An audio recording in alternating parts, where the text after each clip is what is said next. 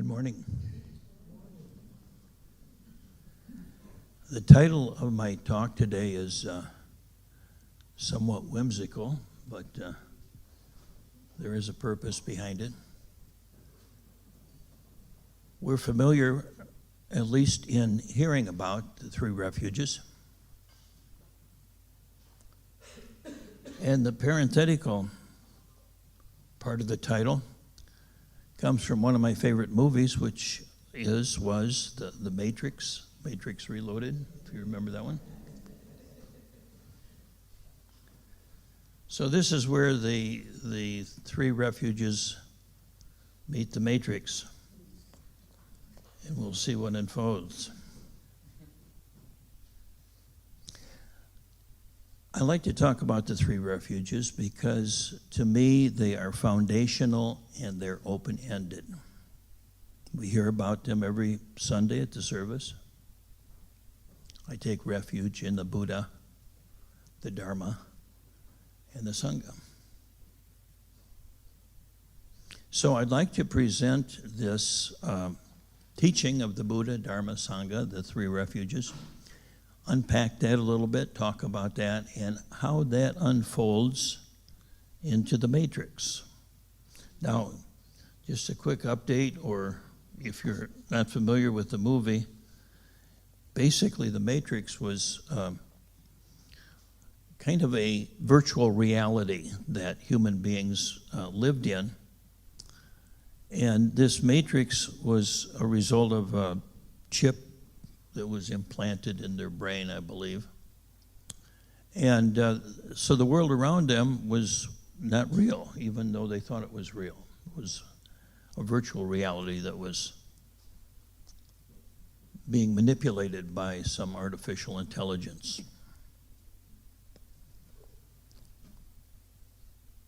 So we live in a matrix, the matrix of our own mind, the matrix of the brain, and our conditioning. We live in the matrix of time and space, right? Anybody here not in time and space? And we assume that time and space is real. But that is really part of the matrix. Time and space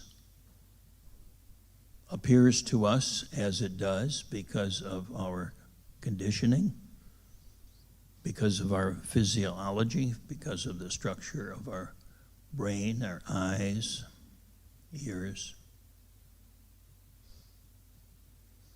The way we perceive time and space has changed over the millennia. The ancient people, the primal people, did not experience time and space as we do. So time and space is not an absolute, it's a construct. And of course, science is telling us that now too, interestingly.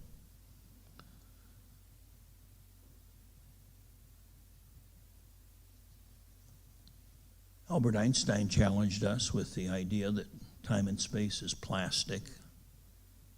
It's not fixed.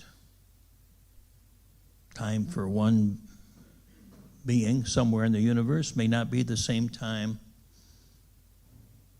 not just a different time, but time itself is different.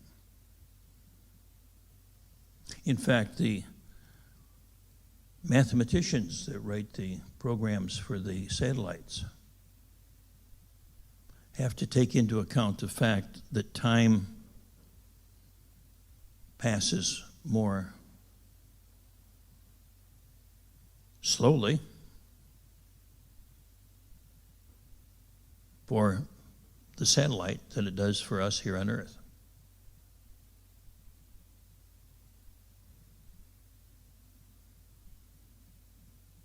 And so, time, space, and the mind is the matrix in which we live. There's a Zen proverb that says, what the air is to the bird, what the water is to the fish, the mind is to the human being. We live in the mind, the matrix of the mind. And so let's talk about how that is impacted by our practice, the practice of the three refuges. So the three refuges, I take refuge in the Buddha, the Dharma, the Sangha. A refuge is where we live. So when we take refuge in the Buddha, we're taking refuge not only in the historical Buddha, but even more importantly, we're taking refuge in our own Buddha nature. And what that means is that we take refuge in the Buddha nature, which is unconditioned and exists beyond time and space. So the Buddha nature is that part of our being that's beyond time and beyond space. The Buddha nature is that which was never born and will never die. Because birth and death can occur only within the context of time.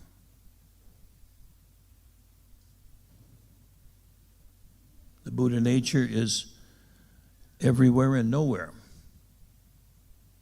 because it goes beyond the concept of space as we experience it.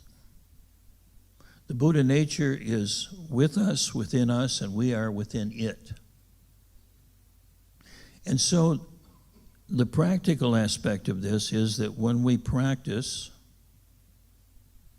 we begin by sitting as the Buddha, in the Buddha, being the Buddha nature itself. So when we sit, we're not trying to become the Buddha. We're not trying to find the Buddha nature or the Buddha mind.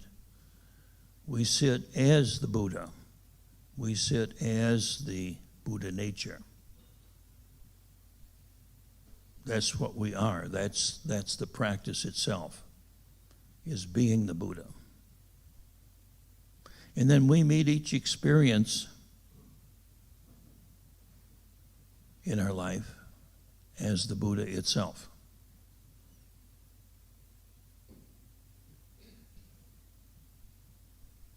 When the attention wanders, we return to the Buddha. When we get distracted, when we get caught up in craving and aversion, we return to the Buddha. So we notice everything within us and around us that seems to not be the Buddha nature. You know, this pain in my back, this chattering mind, this judging mind, this depression, this anxiety, this epidemic, this politician, this whatever it is, that can't be the Buddha nature. So the practice is to notice that and meet that as the Buddha. Meet it without craving and aversion. Just recognize it for what it is. Not reacting to it. Not trying to fix it or change it. Just seeing what it really is. What is the ultimate nature of craving and aversion? There is no ultimate nature to craving and aversion. Craving and aversion is created simply by the mind. It has no reality in and of itself. So when we meet our experiences with the Buddha nature, we meet the unreal with that which is real.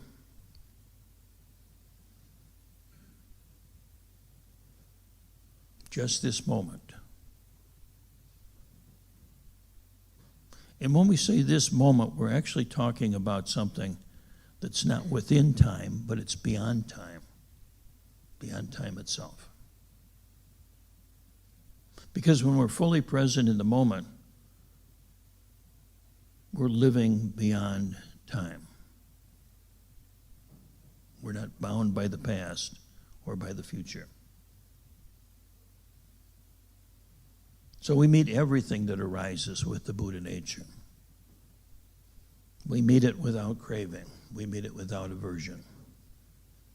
We meet it without responding to it as if it's an enemy or a savior or anything that's real. I take refuge in the Buddha. I take refuge in my own timeless nature.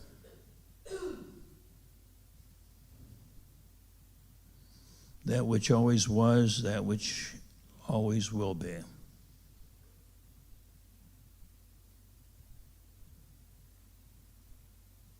The Buddha nature. I take refuge in the Dharma. The Dharma has been considered the teachings, the practice, the pathway, if you will. Sometimes it's called the way.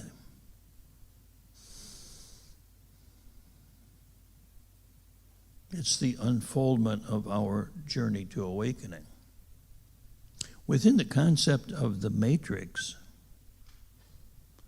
the Dharma is when the Buddha nature enters into time.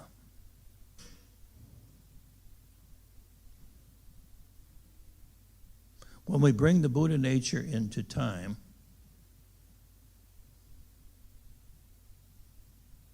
we begin to recognize that time is a series of experiences.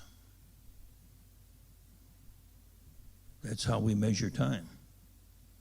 Someone once said, time is nature's way of keeping everything from happening at once. You know, it'd be a real drag if everything happened at the same time, right? So we need time to spread it out. Just like the words in a book, pages on a book. But time is simply one experience after another, after another, after another, after another. If we have no experiences, such as when we're in deep sleep, there seems to be no time, right? So, bringing the Buddha nature into the dimension of time, we meet each experience as the Buddha. And when we do that, then that experience teaches us. It is the Dharma itself. The ultimate Dharma is not in words. It's not written on paper or banana skins, whatever the original, banana leaves, I guess it was, the original codified teachings were written on. But the Dharma is what arises when we meet each experience as the Buddha nature without craving and aversion. And each experience then reveals the wisdom contained within it. Every experience is our teacher if we can meet it as such with the Buddha nature.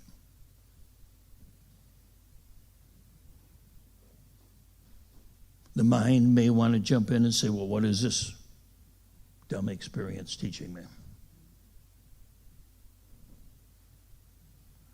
What do I do with that? Well, you meet that with the Buddha nature. The mind is not helpful in this regard. The mind will not understand. It may sometimes, but most of the time it will not understand. But wisdom is what unfolds with time. Wisdom is what unfolds with experience.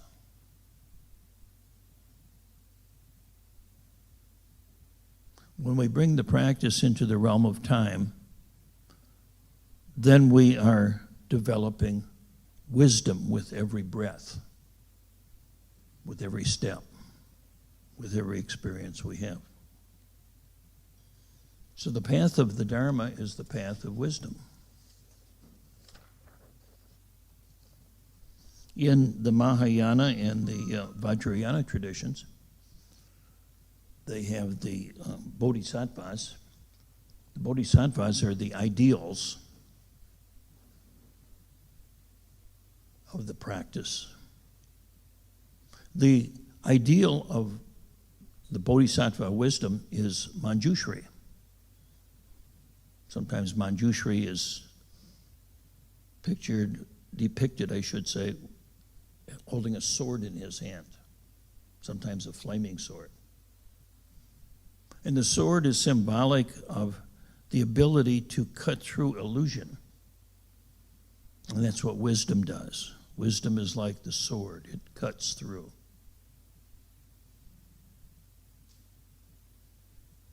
It cuts through illusion and it reveals the truth that is in that experience itself. So I take refuge in the Sangha. The Sangha is the practice that occurs when the Buddha nature meets space. When we consider space, what happens? We see a world that appears to be outside of us. That world is full of beings and objects, right?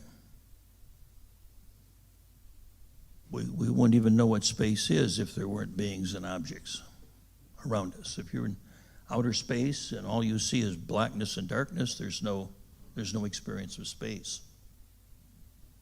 It's only when we see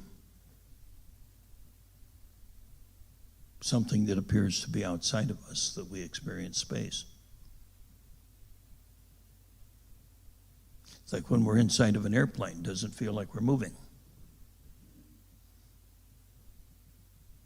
because we have no reference. But when we're on the ground traveling much slower than an airplane, we have the experience of moving because we have reference points. You see?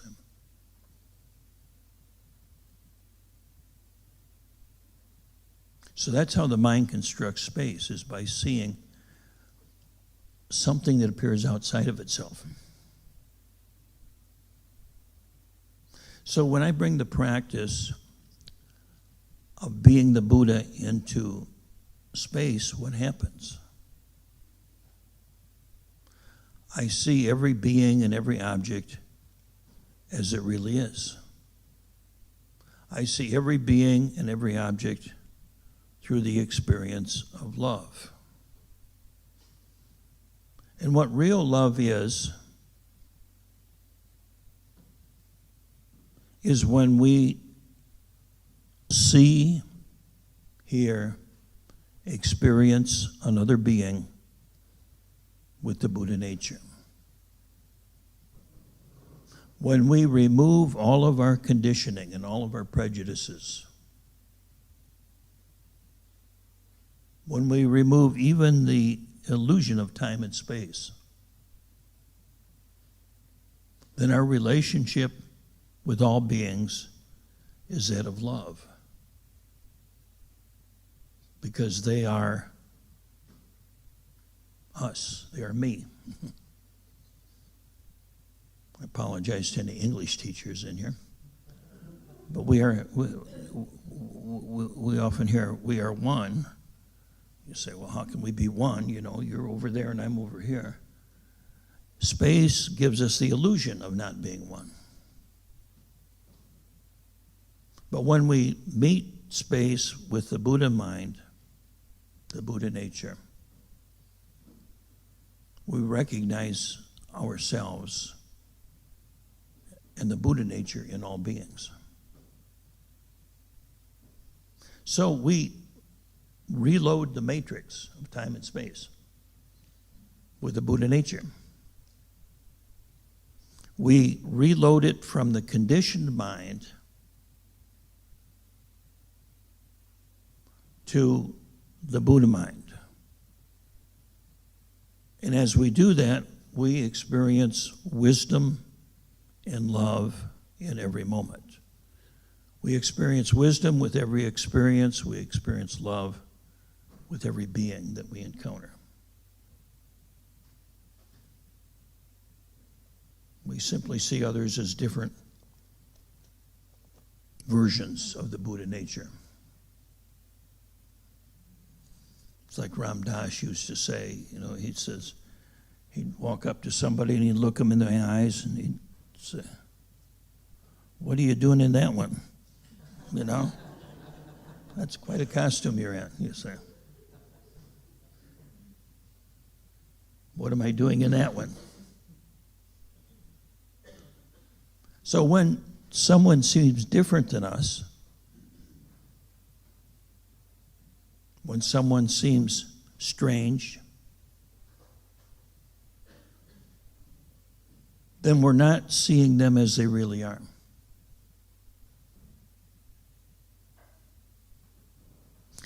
So I'll close with this prayer. I guess it's a prayer. I wrote it. I'm not sure what else to call it. As I take refuge in the Buddha, the Dharma, and the Sangha, as I take refuge in the Buddha, the Dharma, and the Sangha, I sit, I practice as the Buddha. As I meet every experience as the Buddha, then every experience reveals the Dharma. Taking refuge in the Dharma is the path to wisdom. As I meet every being as the Buddha, then every being reveals Sangha. Taking refuge in Sangha is the path to love. Taking refuge in Buddha, Dharma, and Sangha, I reload the matrix of time and space. Taking refuge in Buddha, Dharma, Sangha, I manifest the Buddha nature, which is beyond time and space, into the world of time and space. And so that is our work, our journey to reload the matrix with the Buddha nature. So thank you for sharing your practice with us this morning.